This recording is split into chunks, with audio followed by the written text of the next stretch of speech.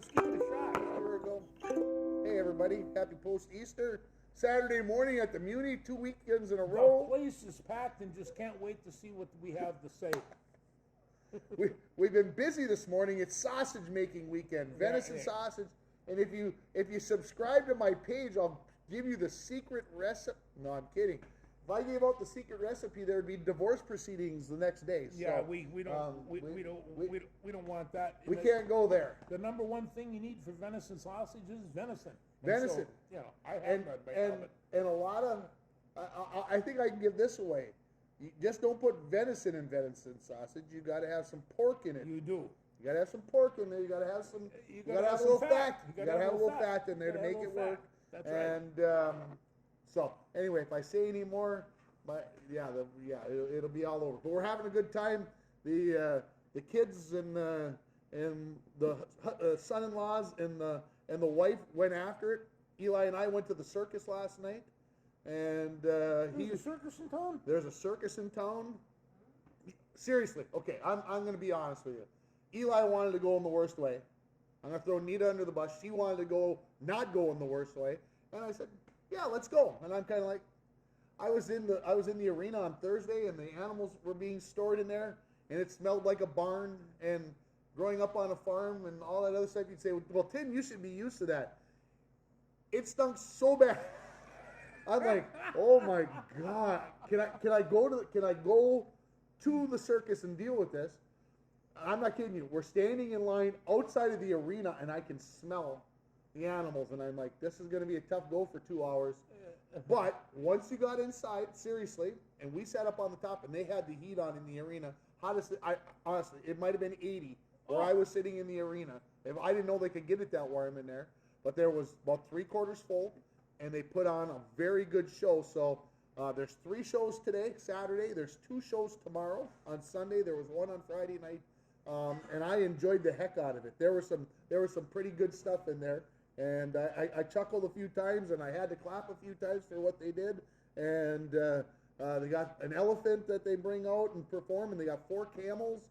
And I didn't see the zebras. They had zebras, but I don't know. Maybe they ran out of time. Maybe it was getting too late. They figured it was almost 9:30. There were so many. We got there about 6:45. The show was supposed to start at 7, and we didn't get inside the door till about 10 after. A lot of people. There were a lot of people. So anyway, it was a good time. It's different, yeah.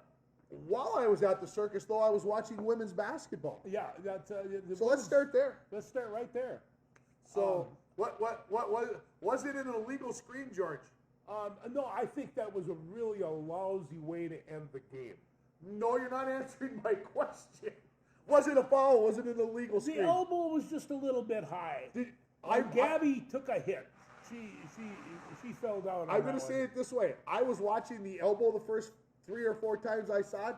Did you see her knee? Yeah. How far out her knee? She's just stepped. You know, you've set screens in your life. I said sometimes you just move a little bit. You know, lean a little. Okay. It was a lousy way for the game to end. He's right. You're right about that, George. It was a lousy way for the game to end. Was it the right call? No. No? Okay. Not at that point in time. See, here we go. We're going to go down. The referee should have just said, we're just going to let them play, see if they get the shot off. I can't agree with you, George. Yeah, I can't. Because if you call that in the first 2 minutes, you better call it in the last 10 seconds. Which is why the argument was coming. Did you see what Gino Oriama said? He said, look, there were about 3 or 4 illegal screen calls, all of them against us. I believe, and he said somewhat to this effect, we both were doing the same exact thing. He says, I guess I just need to teach my girls how to set screens better. Yeah. And I'm like, Gino, you should get fined for that. You should get suspended for that. But he won't because he's Gino. Mm-hmm. I'm gonna go to the grave. I'm going to say it wasn't a legal screen. I'm going to say, was that screen probably set during the game and not called? very possible because the referee didn't see it. There was a that way. lot of knuckling and buckling underneath that rim the whole night. And see, this one was at the 3-point line. It was on the edge of the 3-point line, but underneath, people, I mean, Gabby got knocked down half a dozen times. That was just the one big hit. Yeah. And like I said, and try as I might, folks, I'm going to be honest with you. Try as I might, I was trying to vote for Connecticut. I was trying to root for Paige Beckers, but my Big Ten heart would not allow me not to vote for Iowa. So maybe that's why I'm clouded on why I think the call was right spot on by that referee. He showed cojones for calling it. I think Caitlin Clark is really an outstanding basketball player, as is Paige Bokers, and there's numerous other ball players on both teams that got it as close as it was. It wasn't just those. Oh, two. absolutely. But on the other hand, Paige Bokers, she's a Hawkeye. She's always been a Hawkeye. She will always be a Hawkeye. Husky. No, I mean Caitlin Clark. She'll always be a Hawkeye, and it's just like I get an itch around Hawkeyes, and so it's no, I was pulling for Paige big time. Yeah, so I don't know. Like I said, it was a great game. It was a great game. I give Connecticut credit. They decided that they were not going to let Caitlin Clark beat them. The defense that they put on Caitlin Clark was masterful. Somebody was in her face that whole first half. She got 6 points, you know, and I mean, they shut her down. You've seen too much basketball. You knew that they weren't going to be able to do it. No, you can't hold a player like that down for 4 quarters. No. You tried to limit what she can do. She ended up with over 20 for the 45th straight game, I think I saw. A long time. So are you saying that the referees knew that it should be Iowa versus South Carolina? They had to have Caitlin Clark? No.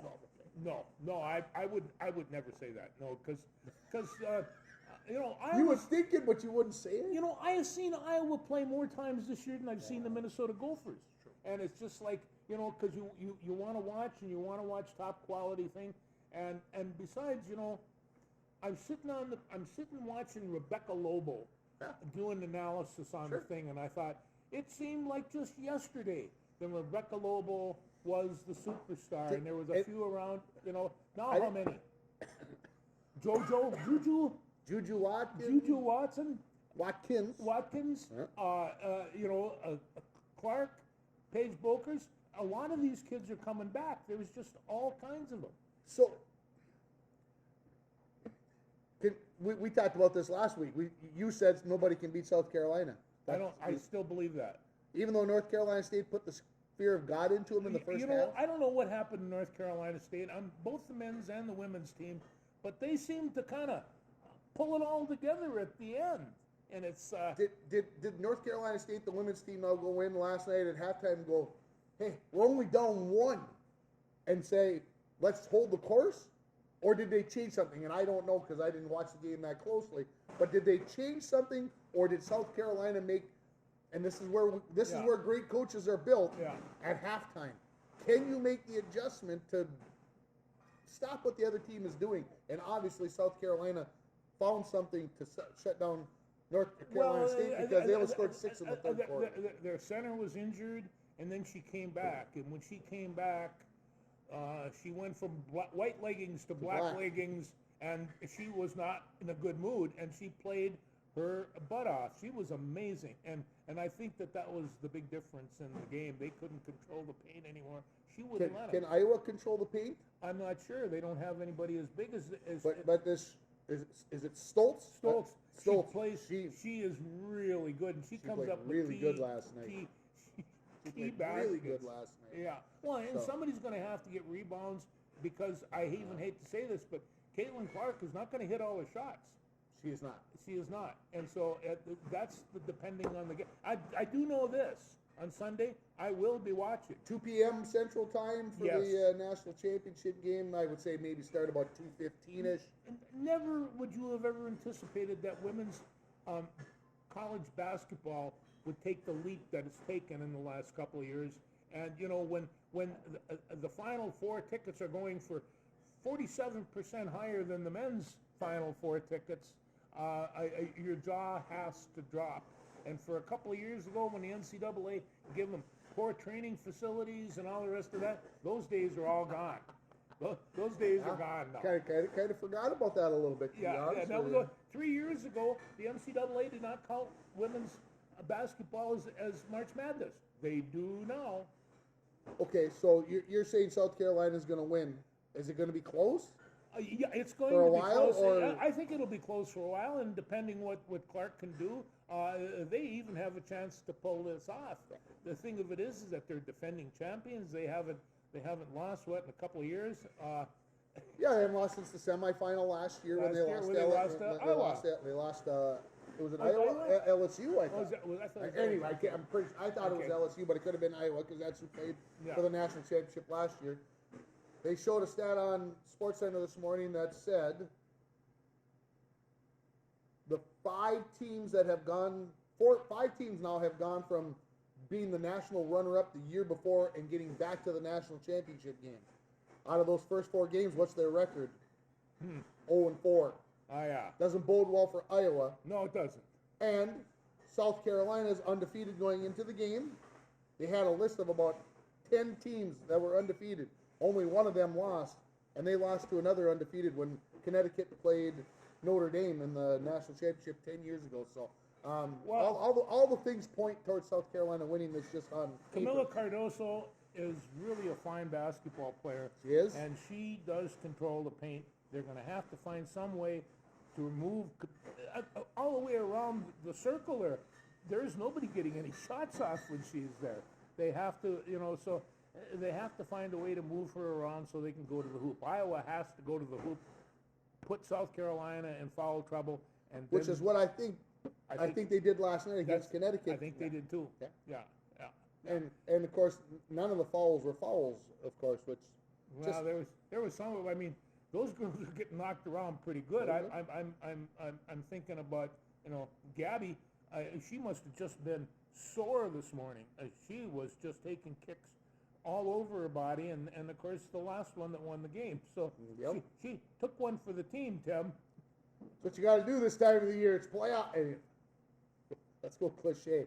You want to talk about the Mankato women winning the national championship last week? And the Mankato men. And the Mankato men before we get to the other Final Four. That just doesn't happen all that often. One other time they said 1983 or 4, I think they said that it had happened. Yeah. It was the only other time that school had won both the Division II men's and women's basketball tournaments.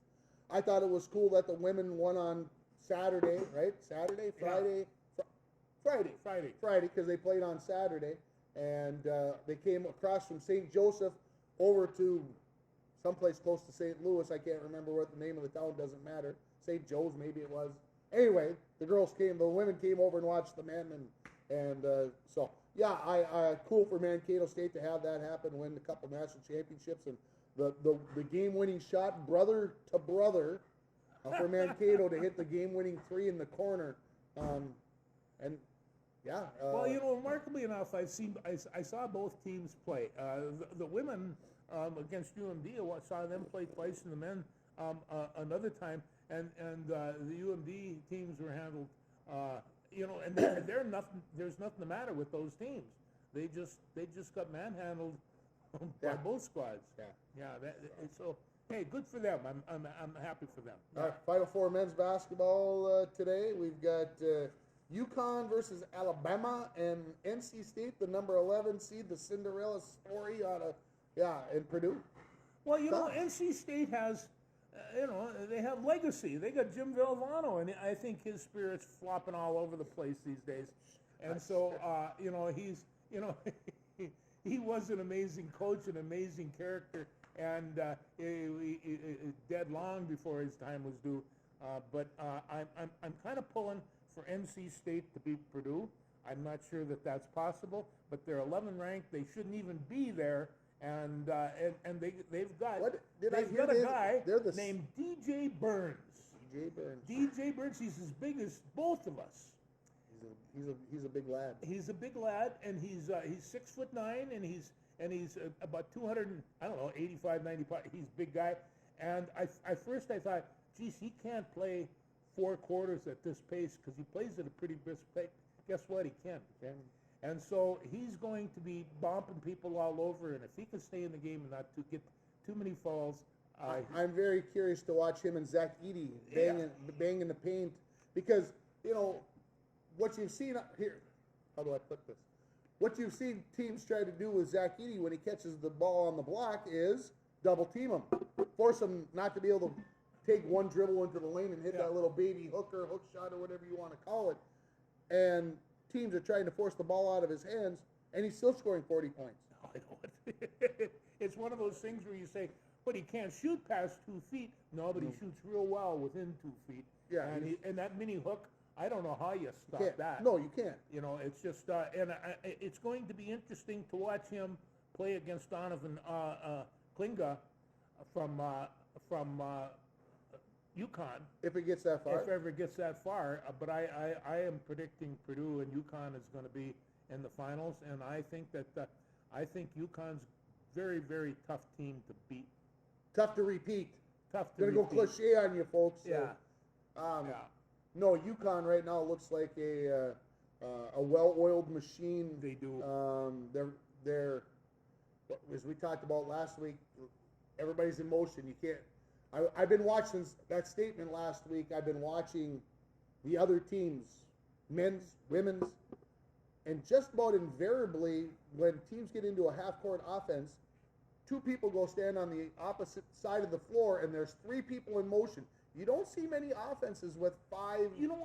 It's amazing. When you grew up and played basketball, you practiced the weave all the time. Yeah. Full court weave, half court weave. And I thought, a few years ago, I hadn't seen that. Well, you see it now. There's people weaving in and out of that, and like you say, there's a couple of people sitting on the corners waiting for that 3. Right. And they can shoot it, and shoot it. . Yeah, if you sag off and try to do something, you're going to be in trouble. Well, and that's what, and it's the same way going back to the women. Whatever UConn does, or whatever they do with South Carolina does with Clark, they're going to have to cover her defensively, just like UConn did. UConn did, yeah. Your thought process would go naturally with going back to the Caitlin Clark thing is why don't all teams do that? Teams don't have enough talent to go through and do what they did because they didn't keep the same person on her the whole time. They were rotating people through so that they had somebody fresh on her all the time. Actually, a number of people have asked me, what is the comparison between Clark and Bokers? And I says, well, they're about the same size. Bokers might be a little heavier. On the other hand, Clark might be a little faster. She's really fast. And then they say, well, she's skinny. No, they're 6 feet tall. They are good-sized girls, and any girl that can throw a 3/4 length pass and hit it right on the square, and that Bokers can do all day long, she's got to be very strong. Oh, and there was a few long-distance bombs by her and Beckers last night that were like, ooh. Okay, yeah. So you're picking Purdue and UConn. I'm picking Purdue and UConn. Who's going to win? I think UConn's going to beat them. Yeah. Right now, I mean, I'm going with you, Purdue and UConn. Alabama's going to try to outscore UConn. They're going to try to make it 106 to 105 if they could. I'm amazed Alabama's made it that far as well, and it's just and hats off to them.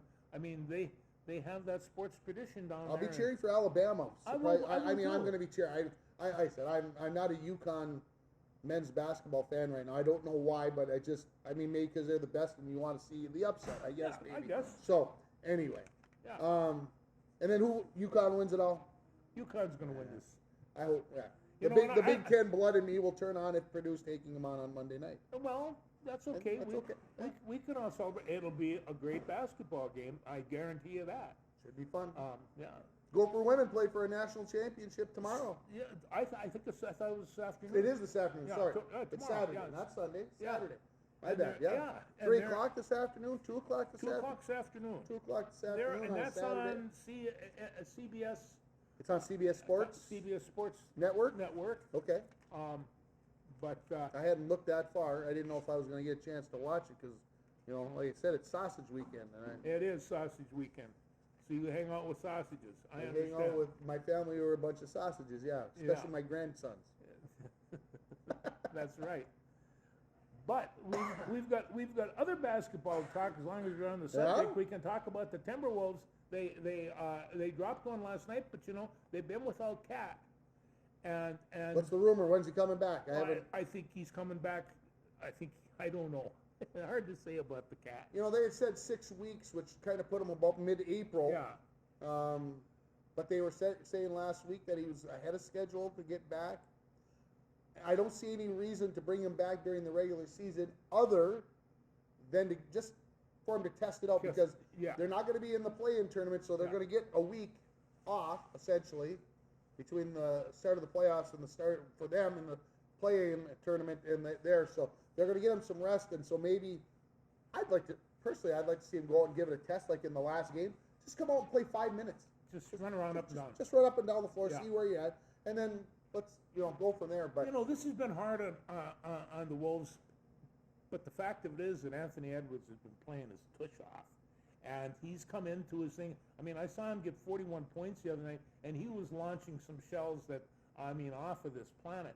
And it's if he can consistently play with that, and Rudy can play and cover the paint.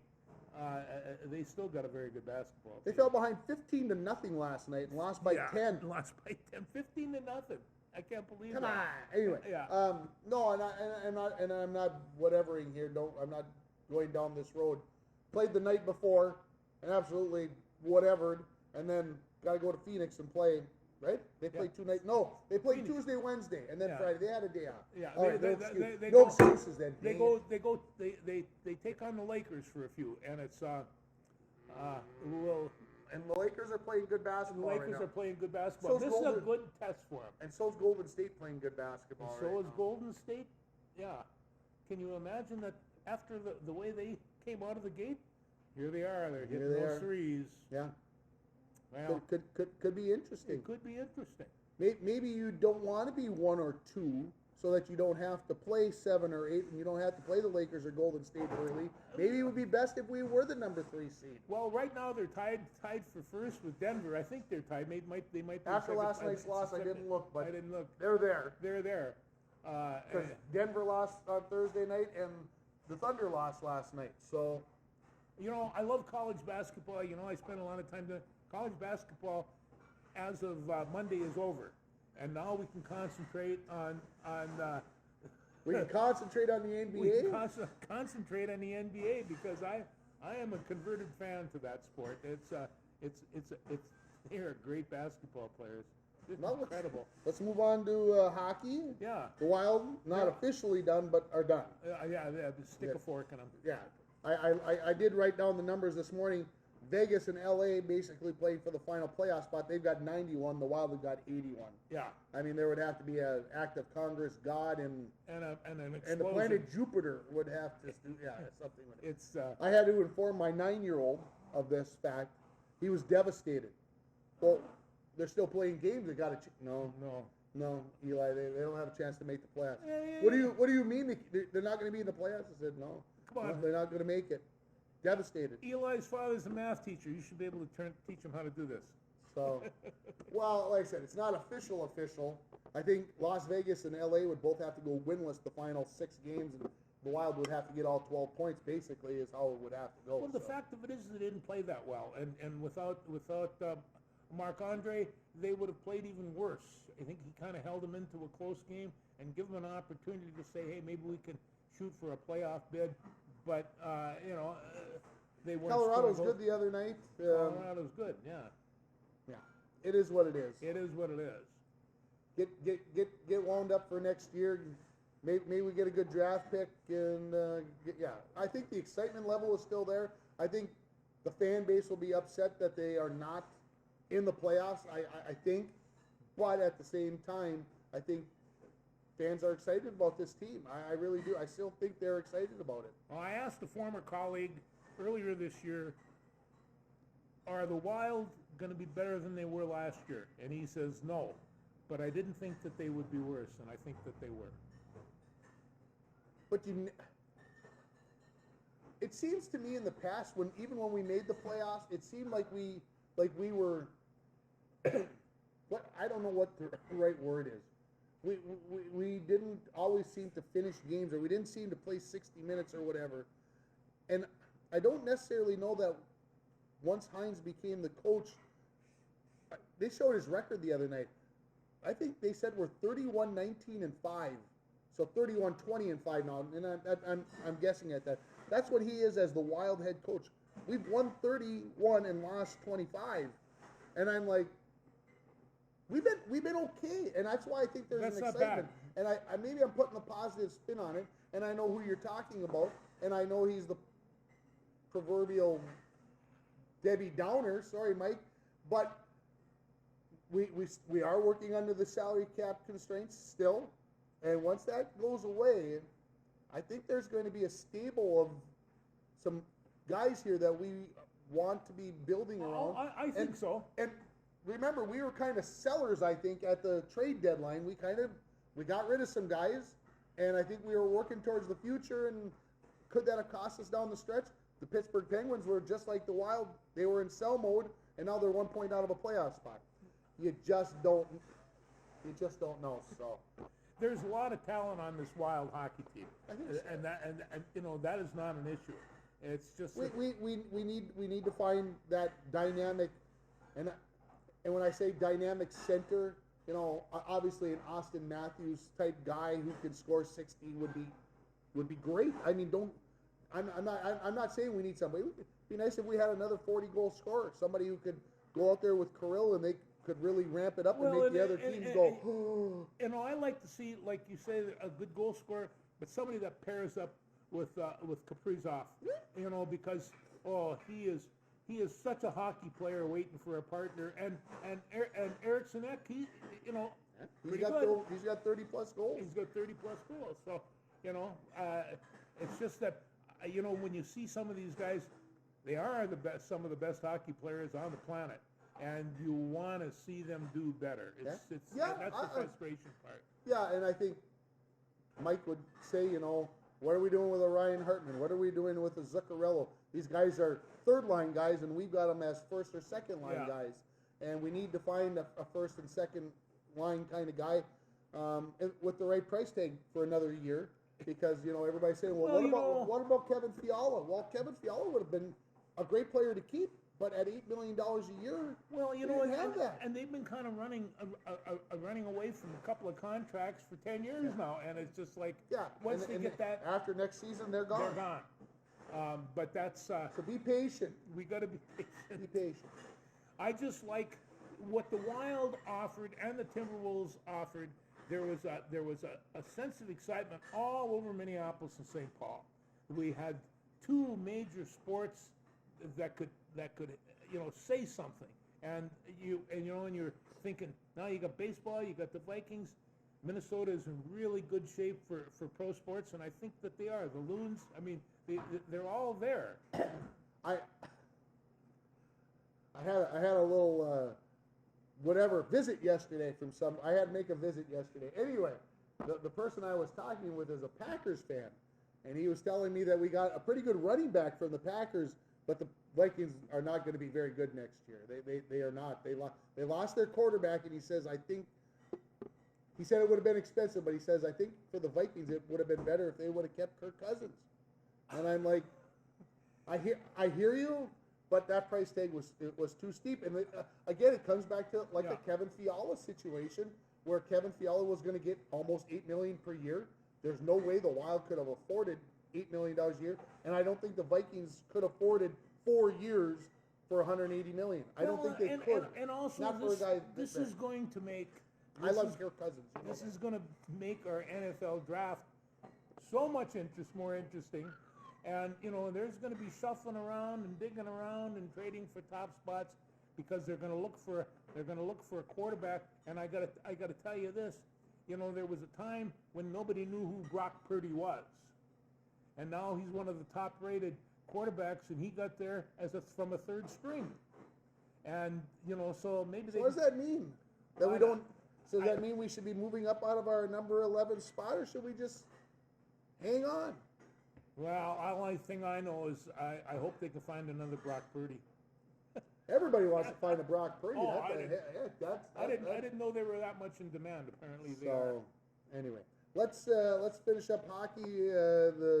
The Division One Frozen Four in St. Paul Thursday and Saturday. I unfortunately will not be there because of the Bronco Athletic Hall of Fame ceremony. It just so. No, this. Tim shaking his head because that was where he wanted to be, but you gotta. No, I watched the last Gopher game, and that was quite disheartening, and it's it's. Well, when you get down to the final 8, there's no slouches, and BU is a pretty good hockey team. Yep. And they've shown that. The Gophers had their chance. They did. But it didn't come through. BU plays Denver, who snuck out against Cornell. So BU versus Denver in one of the semifinals. And then BC versus Michigan, who upset Michigan State. Michigan lost to Michigan State in the Big Ten Championship the week before, and then got a little bit of revenge maybe when it matters most. Well, I knew it was going to take a little piece of luck somewhere along the line for the Gophers to run with those dogs. But run they could, and it just did not work out. It just didn't happen. No. So No. I wasn't completely heartbroken, folks, as you may know. No, you're not. My question to you is this, George. Yeah. We're playing at the XL Energy Center, Yeah. 18,000 plus. Yeah. BU Denver, BC Michigan. Yeah. Is the house going to be full still? Yeah, there'll be a lot of people there. Yeah. I don't know if they're going to get 18, but they'll have a lot of people there. Michigan, the rest Michigan will travel well. they will. So. I mean, when I was looking at all the Iowa fans at the basketball game last night in Cleveland, and I mean that. Yeah, but all you got to do is jump on I-80 and bam, You're there in 20 minutes. I know. you just jump in behind a semi truck and he's going to take you all the way in. You don't have to worry. Just set the cruise at what he's going and you're there. It goes quick. It does. Well, Cleveland's a nice mid spot. It is. Yeah, It is. It is a nice mid spot. You want to make any picks on those college hockey games on BU Denver, BC Michigan? Well, I'm looking at right now. It's probably either going to be BU or BC, and it's just both. I say that to my friend Billy, and he's probably even be listening a little bit later today. So they're at the birthday party in Portland, but he's in Boston, and they're scattered. Zoom party. Zoom party. Zoom party. Nice. Yeah. Let's go Denver and Michigan. I want those Bean Potters coming in to Minnesota and winning a title. How's that? Sorry, Billy. I know you got. He's just disappointed because they found out that Boston Red Sox probably were not going to go undefeated this year, and so Yeah. yeah, Yeah. you know the way those Beaners are. They're different. Yeah, They are. Celtics made 60 wins. Speaking of Beantown, the Boston Celtics won their 60th game the other day. You know why? They're really good. And we picked them right off the get-go that they were going to be the team to beat, and nothing's really changed from that point except that the Timberwolves went in and beat them a couple times this year, and it's just give us false hope. Yeah, the NBA playoffs are going to be a big deal. Going to be madness. But when the Celtics are playing, I kind of catch an eye. I like watching them play. They're good. You want to talk about your Twins? Let's talk about the Twins. Now, remember one of my favorite baseball shows is Bingo Long's Traveling All-Stars and Motor Kings. Well, we've got the Minneapolis Twins and Strikeout Kings. 15 strikeouts the other night. 50. Now, you can't get more than 27 no matter how hard you try. Well, you would hope. Yeah. You would hope. Yeah. Here's the thing. When they were playing Cleveland, I got a message Thursday. from you. On Thursday, yes, you got a message from me. We'll talk about that one. They were talking about Naylor from Cleveland. Yeah. And that he was in the top 5 or maybe the top player in the majors last year, that he only struck out 14% of the time. So, of course, being the math guy that I am, I'm like, okay, that's 1 out of 7 times. So that's once every 2 games you're going to strike out for a player. That's not bad. That's not. I thought it was a little. It seemed high. I'm sorry. Just don't hear me all the way out. That the major league level was 22%. Well, that means that 1 out of every 4 times or 5 times that you go up. So that means 1 per game, pretty much. Yeah. 1 time per game, every player strikes out. And I'm like, wow. I wouldn't have thought of it that way. But the Minnesota Twins last year as a team, I think, led the majors in strikeouts, and I think their rate was like 27%. And they are on the way of doing it again. And so And no home runs, basically. they're So not hitting anything. usually, if you hit lots of home runs, you got lots of strikeouts. Okay, we can live with that, and they did that last year. But right now, the home runs are here and the strikeouts are here. And I think what you see here is just a little. Looking at a gap of Royce Lewis not being in the lineup. I think Royce Lewis not being in the lineup is definitely a gap that hopefully will be filled sooner rather than later. We've gotten into this. Well, if it's a left-handed pitcher, only these three guys can start, and if it's a right-handed pitcher, only these three guys can start. And some of these guys need to be playing against left and right-handed Yes, so that they can get better. Alex Absolutely. Kirilloff, who right now is kind of hitting the cover off the ball a little bit the last couple games that I've watched him. Yeah. He needs to be in the lineup. I don't care if it's a left-handed, right-hander. He throws through his ear. Kirilloff needs to be in the lineup right now. I texted George on Thursday after Kepler looked absolutely lost at the plate. I don't even know what I don't know what he's seeing, if he's absolutely just guessing. But when I texted you, he's now 1 for 15 on the season. Yeah. 1 for 15. But we have seen this movie before, Tim. That's where I knew we were end up going here. Yeah. You've seen Because this they did that last year, and then towards the end, he had one of the hottest bats in the team, and he's still playing. But I can't do this till June. He'll drive me up the wall. Yeah, he will. I'll be throwing stuff at a TV. He's got to be patient, but he's still a strong right fielder. Got a great arm. He's gonna help, but he can't. I mean, he's not only striking out; he isn't even coming close.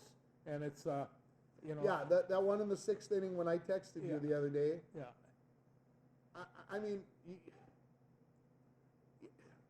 he threw him a curveball 3 pitches in a row, and he I can't believe you can miss by that much. Oh, he was way off. Yeah. Sorry, Max Kepler. You need to go. We need to bring somebody else in. Let's bring somebody up from AAA and let's get after it. And so they're playing Cleveland at 1 o'clock this afternoon, and then next week, Tuesday, the Dodgers are coming to town. Corey Profis said the hated Dodgers on the air. I'm like, can you say that about a National League team? We only face them 4 games per year.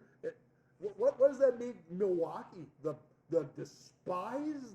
I don't know. I absolutely despise it, because if it's the hated Dodgers, I mean, is it just because we hate the Dodgers in general? Everybody does? Because I don't know. Well, I don't know, but the Dodgers are one. So you don't have a ticket to go watch Shohei? No, I don't. But I like that we've got him here in April when it's cold again. Can you imagine why they're even doing this in April? Can't they put it out when they're going to fill that stadium and pack it in? They might still fill the stadium. They might. They might still fill the stadium. Yeah. If they get any kind of weather. We're supposed to be in the 50s, so I would guess that Target Field will be in the 60s at game time at least. Well, if they can do that and have some reasonable weather, I would have liked to have seen them there for the 4th of July game. The Dodgers are coming to town. I mean, you can get a little hype out of this. A lot of hype. And then we could make bets. Ha! You think that's going to happen? I don't know. I don't think it's going to happen. And O'Shaughnessy's his interpreter didn't help things. People are freaking out over that, and they're asking all kinds of questions like, what does Pete Rose think about this? And didn't we have rules about this? And the people are saying, what do you want to ban him for life? Because that's not a good idea. But you can't. They either going to have to ban him for life, or they're going to have to put Pete Rose in the Hall of Fame. Which one's easier? Which one's financially better? Oh, Pete Rose in. Yeah. No, that's the only way to go on this one. And it's also, right now sports betting is such a big thing nationwide, and they're arguing and fighting over this and that and another thing. But I noticed that some of the advertisement in the basketball games is don't gamble. They're on the boards. They're all over the place. When you're getting in trouble. When you're getting in trouble in don't college. Don't be betting money that you don't have. And college kids get in trouble. They apparently like to gamble. And so you know, we got it's a tough we got deal. into the. I'm hearing this term prop bets. Prop bets. Prop bets is getting big. That which state did I just was it? Arizona, Utah, some state out west, I think, banned prop bets on college sports starting August 1st because they're worried about the name of the game. There's a NBA basketball player, and somebody was telling me the story, and I can't remember who the player was and which team they even play for anymore. But the two most bet on games on DraftKings were on him scoring 7 points, getting 2 rebounds and 1 assist. And the most money was bet on those 2 games on DraftKings of all the NBA games all year long. And in both games, he only played 4 minutes. Oh, so what does that spell? So they're saying all these bets were made on the under. Yeah. And somebody, a coach, all of a sudden pulls this guy after 4 minutes and doesn't play him again. And this guy is a guy who's playing multiple minutes, Well, double-digit minutes. And all of a sudden, in the 2 most bet-on games of the year, he's only playing 4 minutes, and everybody's betting on the under. And so DraftKings is losing money like hand over fist. Well, and another thing, I mean, especially in basketball, everybody loses the ball going out of bounds. There's not a guy out there that doesn't bounce it off his foot once in a while. I mean, these guys are good, but they're not flawless. And so every one of those little things, people are going to say, and then they're going to question the integrity of the game. And at that point in time, the game's in trouble. They talked about it, the professionals, and both these games that I'm talking about are professionals. They were thinking the conversation was going that for professionals, okay, for college athletics, you can't have them anymore. So it's interesting. It is interesting. It's interesting. So is Minnesota going to have sports betting? Eventually, yes. There's no way around it. I don't. There's too much. It's too much going on There's anyway. There's too much money to be made for the state of Minnesota by putting it in, making it in effect so that they can tax it. And I know people out there cringing the T word on that, but it's just like everything else. You can tax it and you can make money and say a certain amount of it's got to come back to here. Well, I was asked to join a group of guys down in the cities that place bets every weekend, and by the end of the season they might have $200 or $300 either way, won or lost. So it's not that big a deal. But I wonder how many other wagering groups are there like that, and there are thousands. Yes. Everybody's doing it. It's kind of like you want to eliminate bracket gambling for the NCAA. People love it. Yeah, women love it. It's the one thing that they can get into and do just as well as everybody else just by guessing. So it's Just by guessing. We don't want to talk about our brackets. That makes me sad. It does, because I don't like NC State when I look at my brackets. They screwed me up completely, and it's. I'm going to throw a shout out.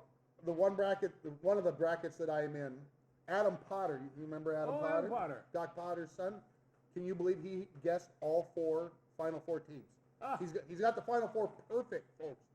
That's not bad. Perfect. That's very difficult to do mathematically, and nobody has ever got a perfect bracket. That's like 1 in a billion, and it's so it's scary. It's tough to do. It'll be scary. But on the other hand, I had all 4 teams in the bracket, and then 2 of them lost. So See, there you go. there you go. Loons lost last week in Philly. No big deal. No. It's on the road. You're not supposed to win on the road. Let's not freak out. So I got to get to the big alien ship on 94 this summer. I promised Eli we would go watch a soccer match, so we got to do that. Did you watch any football last weekend? Any UFL? Did you? Come on. I knew you were going to ask me, and so I thought I better say have an answer of yes. Watch a series. So I watched the series, and it's just like, I like a little bit more of a running game.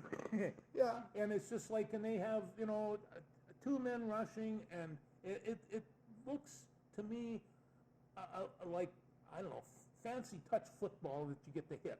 And it's just because you got receivers scattered all over. They're worse than the NFL. I watch the first game Yeah. on Saturday a bit. Probably more than a bit, maybe more than I thought I would watch. Anyway, The Rock and his wife, I think, is who are the owners. Yeah, I The think Rock. that's who she is. I didn't, whatever. Whatever it And is, I'm a Rock fan. So they were in the booth, and they were talking about the league, and that this is going to be a rough and tumble league and whatever else, and then you say that, and you kind of, I don't know. It's football. It's football. But we and The Rock basically said, we understand that we are not the NFL. We do not have the NFL players, but we are using this as a stepping stone to the NFL. Well, we are trying to give guys a chance to show what they can do. And that's right. And and I don't know how it is right now, but there was a time that there was a ton of semi-pro teams around, and they were, all these guys all played 4 years of college. I played a game against a semi-pro team one time, couldn't move for a week. Yeah. These guys, there's some good football players. I think as long as the UFL understands what The Rock said about the fact that they're a developmental league, they're the AAA for baseball, that type of thing. As long as they understand that, because when the USFL in the '80s, they were going to be competition. They weren't going to be that developmental league, and I think The Rock has kind of taken it that this is second tier football, but we're going to put out a good product. We're going to make people want to watch it. And we'll see what happens. Well, and this happened in the AFL and the NFC. I mean, the AFC and the NFC, this is when they brought it together. But the American Football League was not near as on par with the NFL. And then they got Joe Willie. And then they got Joe Willie. That helped. And then the third game of the Super Bowl, they won. I don't know who they beat, but the Baltimore Colts. Yeah, and then Kansas City beat our beloved Minnesota Vikings. Yeah. It's Masters Week, George. It is Masters It Week. is So what do you not think of golf this? week this week, folks. It's the Masters. It's the Masters. Well, I like to just follow the course around a little bit because it's so pretty and it's springtime. Well, yeah, they got the heaters in the ground, so the azaleas are blooming at the right azaleas time. are blooming. This week, Tiger Woods somehow was made public that he is abstaining so that he is ready for the Masters. And I'm like, this guy used to have girlfriends all over the country. Maybe he's it's a family show. I can't say. Maybe he should go back to his old way so he plays like his old way. Anyway, you got anybody you're picking to win the Masters this week? No, I'm not, because there's some I don't even know who's coming from the LIV, and it's That's part of it. That's part of it. There was a study or a thing put out last year that there's 90 guys, 90 plus guys that are in the field. Yeah. There's really only 25 or 27 that really have a chance to win at the Masters because of the way the course is set up. There's 60 guys out there just flailing in the wind. They're playing for prize money, but there's no way they're going to win. Basically, is what the article said. I'm just going to say it, and this is chalk, Mike. Scotty Scheffler right now is playing out of his mind. He is, and he's probably be the one I'd pick. He's the most popular pick, but there are guys who are going to come out there. Hideki Matsuyama, who always played well at the Masters and then was not there for a couple of years, now looks like could be back. He would be there. I mean, Louis Oosthuizen, these guys who have been, I don't care, Louis Oosthuizen is 602 years old, but on Saturday afternoon, guess where he's at? At the top of the leaderboard somewhere. He's in the top 10. He's contending. You're like, I forgot about Louis Oosthuizen. Oh, yeah, it's the Masters. He's going to be there, So they start on Thursday? Start on Thursday, and then, yeah. And, of course, I was already chastised by Michael because it's Hall of Fame weekend. How dare you have the Hall of Fame ceremony on the Masters weekend? Well, I told him, I said, our traditional weekend is the third weekend, and we always move it to the weekend before or after, depending upon how things work out. And I didn't get the choice this year because I'd have moved it later. But next year, I believe Easter is the third weekend, so we could run into this problem again. Dang it. So there you are. Anyway. So you wanna bring something up about the Hall of Fame dinner? I mean, you've got quite a crew coming in. Yeah, we got good people being inducted as we have every year. This is induction number 11, I believe, if my memory served me correctly. So Craig Dahl, who was a part of the 72, 71, 72 boys hockey teams along with playing other sports, but obviously that's where a lot of his success went on to went to Princeton, got his degree in, I think if I get this right, political economics, I think is what he got his degree in from Princeton. And then was president of TCF Bank for like 22 years. He was. So very, very, very successful dude. Howard Nevenin is going in, played at North Dakota State after leaving the Broncos. 10-time letter winner, very good football quarterback.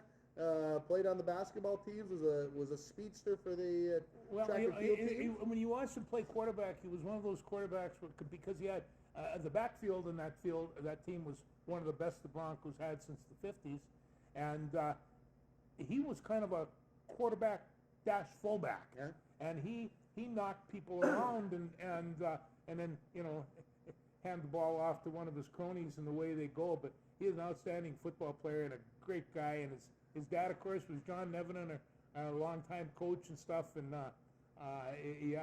well deserved. And I think, if I could speak for Stuart for just a second, I think he would say maybe one of those athletes that changed the culture of the program from when Stuart walked in '74, and by the time end of '77 season rolled around, the Broncos was a different culture. It was. And I think Stuart would attribute a lot of that to, along with a lot of those guys, and I'm not judging any of the other guys on the team, but your quarterback obviously gets more praise. Yeah. And but I think Stuart would say that Howard definitely helped make that change. David Lorian, who had a very successful career, state pole vault champion, was a goaltender. Back then in the old days, you only got to play goaltender for basically one season as a senior. You didn't get to usually play two because they had so many good goalies. Lorian would go on to play at Notre Dame. Was named blah blah blah.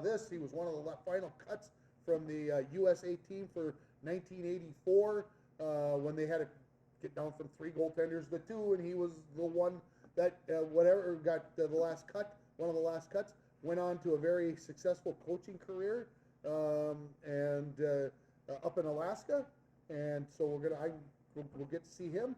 And then Bruce Schmidt, longtime football and track and field coach, going in, and he people would couldn't talk be about, prouder. Of all the years that Bruce coached, outside of linebacker reads, his number one contribution is the time and the work they put in that weight room. For Absolutely. 15 or 20 years, he ran that weight room, and I watched kids go in puny and wimpy, including my own son, and come out, just ripped. So this is, No doubt about it. Yeah, I'll tell this story. When you threw the shot or threw the discus, you went out to the track with your shot and your discus and a bag full of footballs because you're going to do your long snaps first. And so Bruce would do all the rest of these things. I asked my son one time, "Who is your favorite teacher?" And he'd say, "Spruce!" And the kids just loved him. He was one of a kind. Yeah, great coach, weight room teacher. What can you say? So, and then we've got the 4x800 relay team that took second in the state in 1992, and then the 1992 state cross country champion, the state championship team for cross country, and of course 2 of Bruce's daughters on those teams. So this is the Schmitz and the Nevenins getting on here. So it's going to be a pretty cool weekend. I'd like to say if you wanted to buy a ticket, we could let you do that. I got maybe a couple. I'm starting to wonder if Ryan Schmitz starts feeling a little bit bad about that. He's the only one that's not on not in the Hall of Fame? Yeah. Ooh, Yeah. boy. Yeah. I'm not bringing that up. No, but we got to get Shirley on there too, so she doesn't Shirley, feel I bad. think maybe had something to do with all Shirley that. had a lot to do with it. Maybe had something to do I with remember all her. that. She's so, tough so, as nails. so Hall of Fame induction ceremony next weekend back at the auditorium. Looking forward to it, and we'll see how it all This plays is what, out. the 13th? This, I believe, is the 11th. 11th? So it started in 12. Okay. So maybe this is the 12th. Well, no, we had to take 2 years, basically 2 years off because Oh. of COVID and all the rest of that stuff. So anyway, maybe it's the 12th. I started losing count. Yeah. Well, So. they've all been great. What else? What's happening? What's anything else that? Let me I go mean, through. I think I went through basically all our notes here. So. Yeah, Oh, we got the Spring sports will get started this week as long as George is going through his notes. Softball has been moved to Mesabi East on Tuesday for theirs. They'll play on the turf, and Cherry has guaranteed that the baseball teams will be able to play on their field. So looking forward to getting those two teams out and started on their season. Of course, the track and field teams. Is Isaac going to play a little baseball this Isaac's spring? going to play a little baseball, JV Oh. varsity. So we'll see what he brings to the plate. Well, it's like you, I don't know who brought this up. He's not only the finest basketball player we've seen in northern Minnesota in quite some time, but he might be. That Isaac is not playing baseball, I don't believe. Oh, Sorry, okay. not playing. That Oh, Isaac okay. Awesome. I thought we were talking about anyway. Yeah, so we're gonna get the seasons going in full swing. Track and field has had three indoor meets. They're gonna hope to get outside on Thursday, and the golfers are gonna hope to get started about the 22nd. Okay. Obviously, the golf courses will take a little longer to get open, but they're hoping to get things started. So. No, I'm not, off we go. that sounds real good. And I want to just give a shout out to my friend Randy out in Portland. You guys are having a party right now for his 75th birthday.